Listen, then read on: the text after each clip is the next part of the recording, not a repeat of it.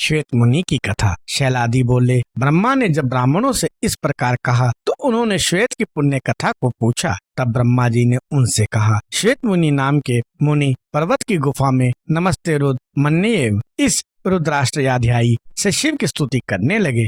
महातेजस्वी काल श्वेत मुनि को लेने के लिए उसके पास आया। श्वेत उस काल को देखकर शंकर भगवान की स्तुति करने लगा। त्र्यंबक, सुगंधि, पुष्टिवर्धनम इत्यादि नामों से शिव को पुकार कर कहने लगे कि मृत्यु मेरा क्या कर सकता है, मैं मृत्यु को अभी मृत्यु हूँ। यह देखकर काल बोला, हे श्वेत आ, इस पूजा से कुछ फल नहीं होगा। रुद्र विष्णु कोई भी मेरे द्वारा पकड़े हुए तुझको अब बचा नहीं सकता। जिसको लेने के लिए मैं उठ खड़ा हुआ हूँ उसको क्षण मात्र में यमलोक को पहुँचा देता हूँ। अब तू आयु रहित है और मैं तुझे लेने को आया हूँ, तैयार खड़ा हूँ। उसके इस प्रकार भयंकर वचन सुनकर हा रुद्र इस प्रकार कह के मुनि विलाप करने लगा। महादेव को और काल को देखकर श्वेत मुनि बोला, हे काल, तू मेरा क्या कर सकता है। यह मेरे नाथ वृषभध्वज इस लिंग में सर्व देव में शंकर मौजूद है। मुझ जैसा शिव भक्त को तू क्या कर सकता है। जैसा तू आया है वैसे ही चला जा। तीक्ष्ण दाढ़ वाले भयंकर काल ने श्वेत मुनि के ऐसे वचन सुनकर पाश हाथ में लेकर सिंह की तरह गर्जना करके मुनि को पाश में बांध लिया और बोला, हे श्वेत, तुझे यमलोक को ले जाने के लिए मैंने पास से बांध लिया।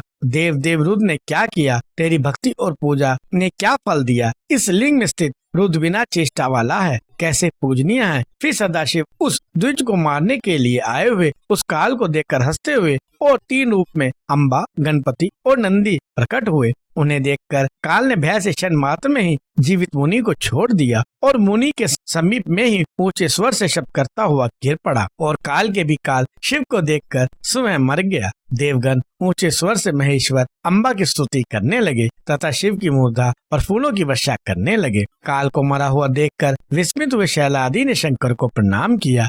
शंकर भगवान भी ब्राह्मण पर अनुग्रह करके तथा काल को भस्म करके क्षण मात्र में अपने गूढ़ शरीर में प्रवेश कर गए। इसलिए हे ब्राह्मणों, मृत्युंजय शंकर की पूजा करनी चाहिए। वे कलयुग में सबको भक्ति और मुक्ति देने वाले हैं। हे ब्राह्मण, अधिक क्या कहूँ, संन्यास धारण करके शिव का भक्ति सहित पूजन करके शोक रहित हो जाओ। शैलादि बोले, ब्रह्मा से इस प्रकार कहे गए वे ब्राह्मण पूछने लगे, किस तप से, किस यज्ञ से, किस व्रत से शिव में भक्ति होती है। ब्रह्मा ने कहा कि हे ब्राह्मणों, न दान से, न तप से, न व्रतों से, न योग शास्त्रों से भक्ति होती है, किंतु भगवान की प्रसन्नता से भक्ति होती है। यह सुनकर मुनि लोग बड़े प्रसन्न हुए और स्त्री पुत्रों सहित ब्रह्मा को प्रणाम किया। इस प्रकार पशुपति की भक्ति धर्म, अर्थ, काम के देने वाली, विजय देने वाली, मृत्यु से जय प्रदान करने वाली है। पहले दति जी शिव भक्ति से देवताओं के साथ हरि को जीतकर शुक को पैर में मारता हुआ और व्रज के लिए अस्थि को प्राप्त किया। तथागत आयु श्वेत मुनि ने भी महादेव की कृपा से मृत्यु को जीत लिया था।